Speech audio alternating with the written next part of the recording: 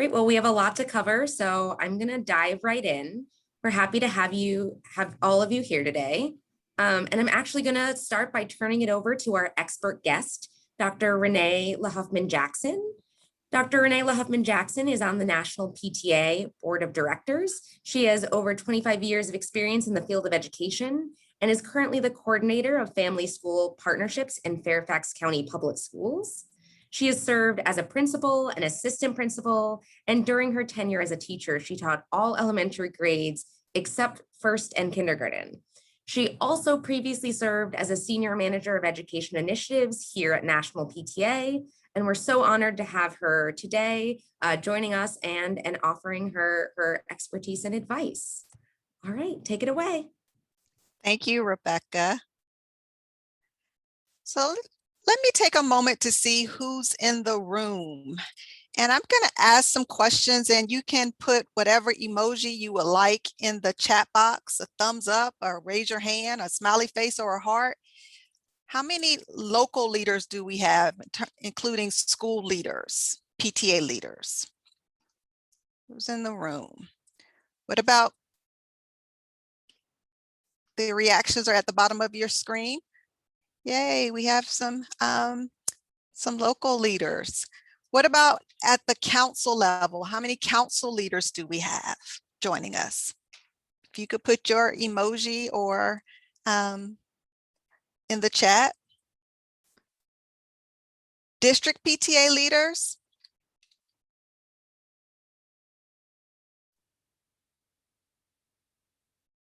What about state PTA leaders? Hey, welcome. And national PTA leaders?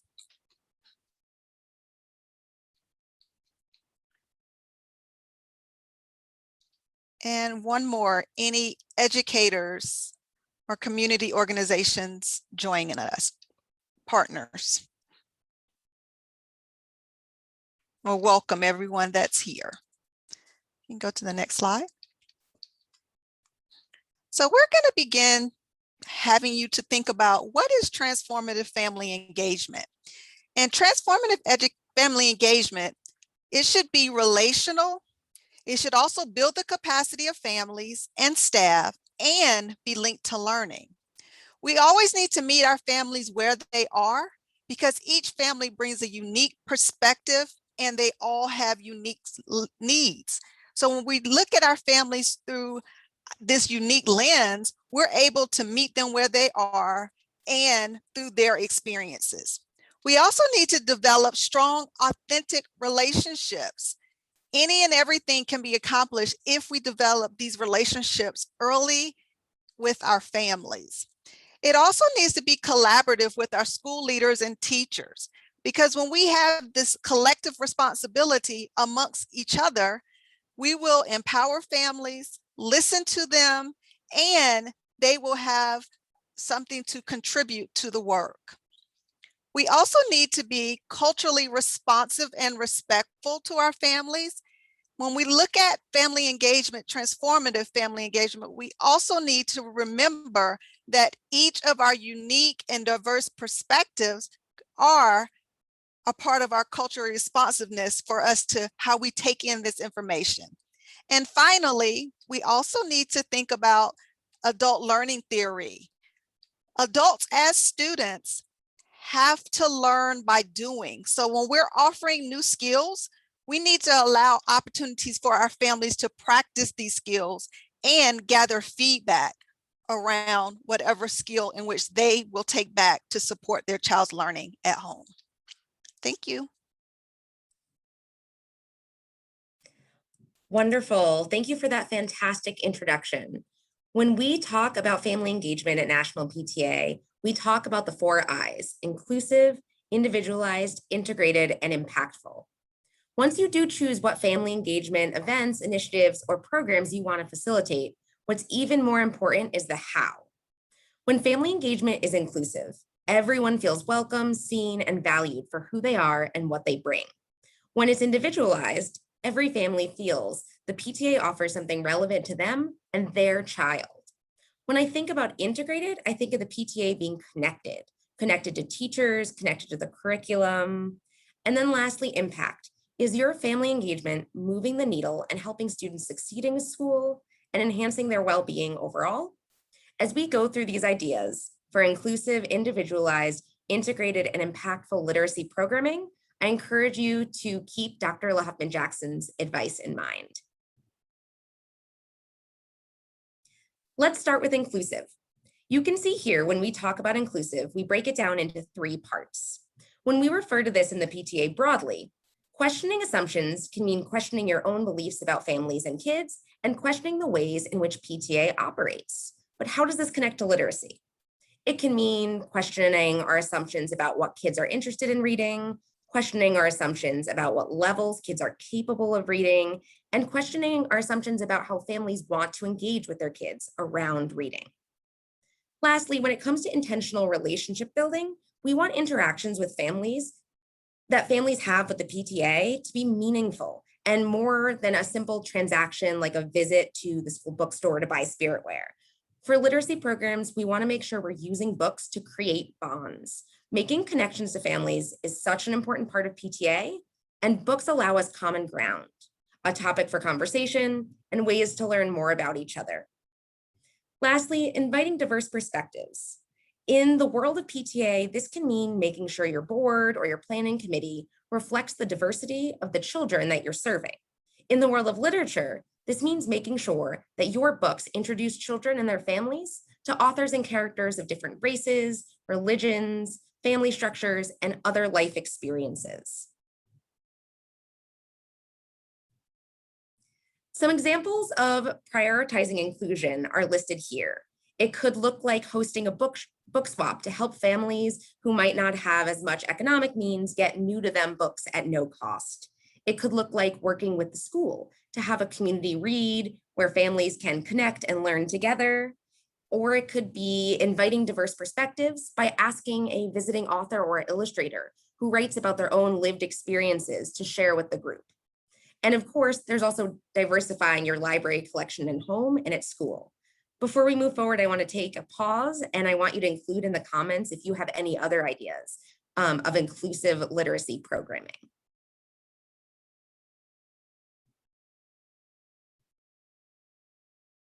All right, well, I'll let you keep adding that to the chat and we'll go to the next slide.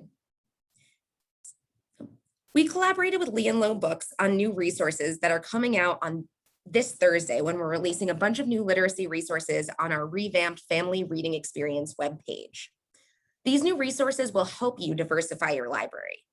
The first step is our What's on Your Bookshelf reflection tool, which will allow your family to think about where there are gaps in your library.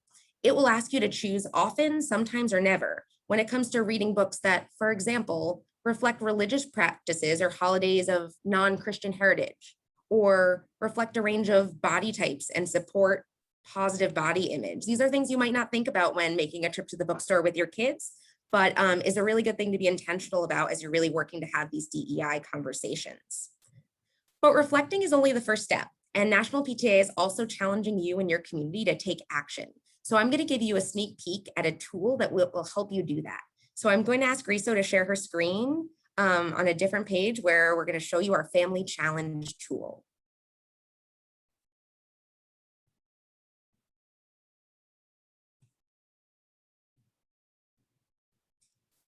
If you could zoom in a little bit, just so we can see the top part, that's all we'll need. And you'll see here, we've created a list of prompts to help you expand your child's or your school's book collection. And then on this next page, if you scroll down, your family can keep a list of what books you've read that meet these criteria and then color in the little library as you go. So think about ways, I know we have a lot of PT leaders on the call, that you can make copies of this, send it out digitally, and really get people excited about DEI reading. So I'm gonna go through a few prompts at the top of this page and just get some book recommendations for all of you, because I think we could do some good crowdsourcing and get people excited about reading. So one of the items on this list that you'll see, I'm not sure if you can read it, but if not, that's totally okay, is a book that features an LGBTQ character. So one of my favorites is When Aiden Became a Brother. It also checks off item number 6, because the book is about a transgender child and is written by a transgender author. So if you know other books that feature LGBTQ characters, write them in the comments now and we can build out a little list for each other.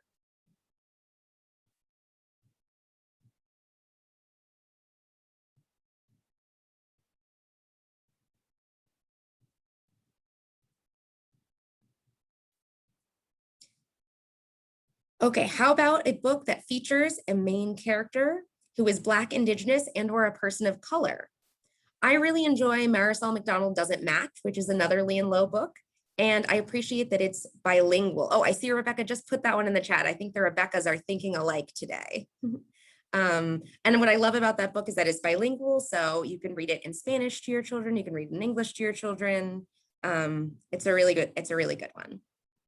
But if you have other suggestions for books that feature main characters of color, please put them in the chat for us.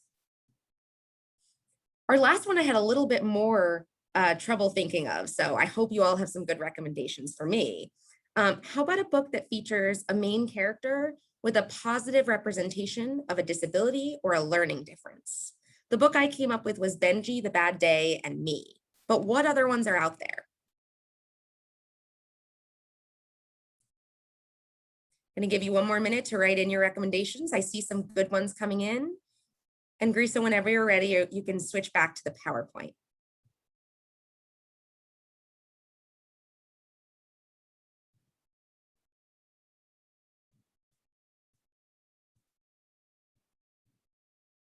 I see some good recommendations, Bunheads, Alma and How She Got Her Name, My Rainbow.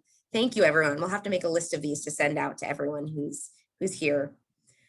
Right now, though, we're going to move on to our next I, individualized. Individualized means you're being responsive to families' needs, their interests, and what works best and is most convenient for them. You are offering tailored experiences. This might mean you offer a menu of different options to families to engage with literacy so that they can choose between a book club, a read aloud, or an author visit. And personalized invitations can make all of the difference. At PTA, we often rely on social media for the convenience, but individual outreach and follow-up can really boost participation. So on this next slide, I want to show you one way to do that. On this slide, you see one approach to individualized follow-up, and we call it a nudge. All it really is a text reminder that you can send out before an event to have families confirm that they're coming.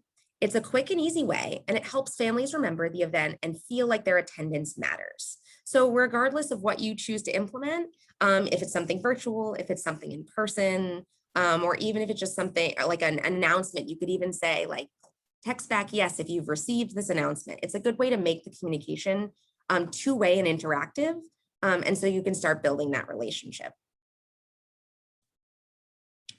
Here you'll see some more ideas for individualizing your approaches to literacy, giving families voice and choice when it comes to choosing books for events, connecting families with book lists and other resources related to their child's reading level and interests. A good example of this is if you're a class parent and you know that right now all the first graders love Legos, you could work with the librarian and create a book list all about building and really help parents find books that'll get their kids excited. And then lastly, we have personalized outreach and personalized invitations and reminders like you saw on the slide before. If you have other ideas for how you can personalize and individualize literacy programming, we'd love to hear what you did or what you're planning or what your ideas are in the chat. I see you all are still writing some great book options in here, so I really appreciate that.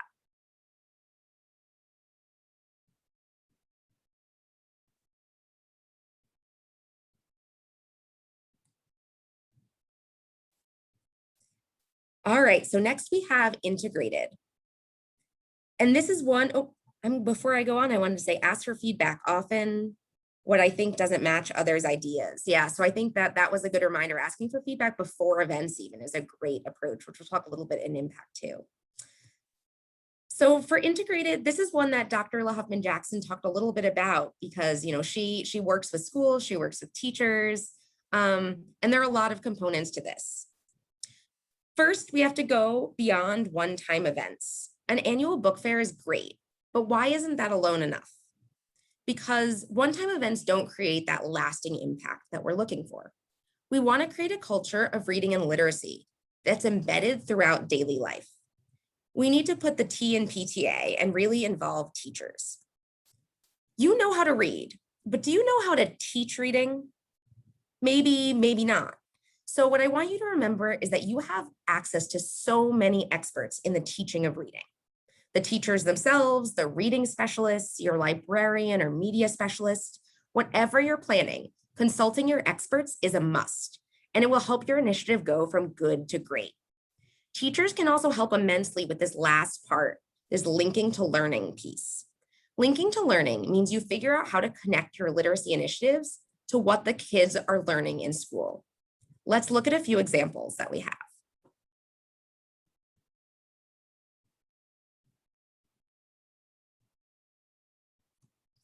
So the first one is making a game of book bingo. But if you're going to do that, we encourage you to get help from teachers to figure out what to include on the squares. You might think to include something like, well, cross off this box if you've read a book about a dog, which doesn't necessarily link back to learning. Or you could talk to teachers and incorporate vocabulary that kids are already working on. And you could have a box that says, cross off this square if you read a book with an urban setting or a book with a female protagonist. That way you're helping teachers by getting the kids to study some of these key terms while they're working, while they're doing this engaging activity with families. Integrated also means helping families get connected with the school, school's resources. And we have a tool that'll show you how you can figure out exactly all that your library has to offer, and then get the word out about that.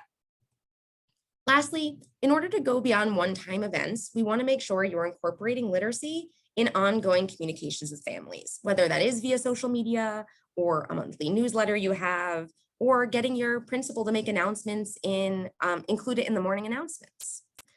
So if you have other ideas for connecting to learning, I encourage you to share them in the chat. I see Melissa shared that New York PTA has a program called Pick a Reading Partner, and there's a toolkit with a lot of good ideas. There's some great resources in the chat.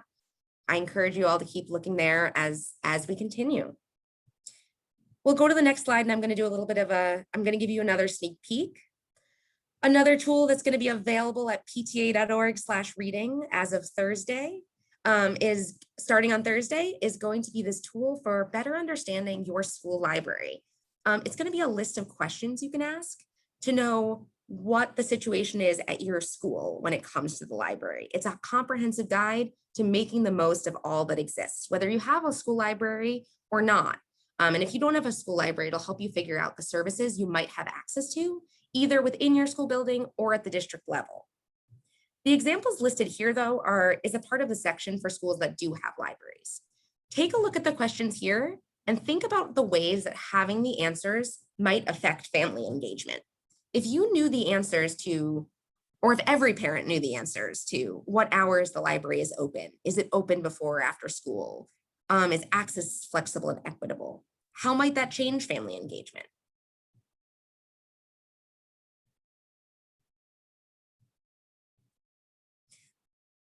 Something that I'm thinking of is if you know that your school is open after school, you might tell your child that they're welcome to stop by the library before pickup, or maybe you come in the school and do some joint browsing together. If you know what happens when a student loses a book, you can be prepared and help your child take responsibility if that happens. I know that lost books is often something that stresses parents out about having their kid take out books from the library. So if you're clear and transparent about that process, it might ease some of those concerns. So these are just 4 questions of a very, very long list that will be available to you soon. But what really matters most is that you are asking these questions. You're asking them of your librarian or media specialist if you have them, or if you don't have them, you start to figure out whether you ask the principal or if there's someone who is a director of library services at your district that might be able to help.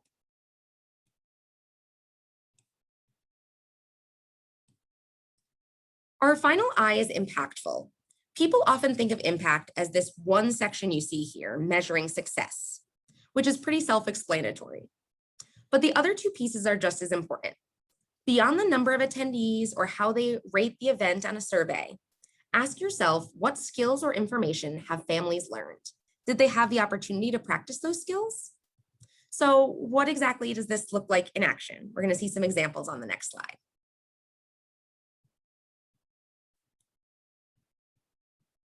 If you're having a community read aloud, model question asking and prediction making, and other reading skills that parents can do at home with their kids. There's a lot more to reading with your kids than just reading the book. You can ask them questions to see if they've understood what they read, ask them questions to learn about their favorite characters. The more talking you can do about the book, the better it is for kids. Provide these opportunities for families to exercise their literacy muscles by talking about books together as a school community. Or offer an opportunity for families to tour the school library, learn how they can select books that their kids will enjoy. And lastly, don't forget to ask for feedback before, after, and during events. If you know of literacy programs that really make a difference, really make that impact, please share in the comments.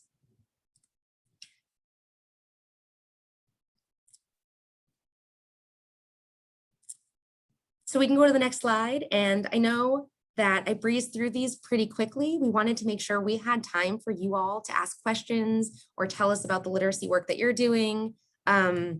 So I do want to say that on Thursday, April 22nd, pta.org/reading will be live with the resources you saw and much more. So we encourage you to take a look then. We also encourage you to take a look throughout the spring when we'll be adding new resources.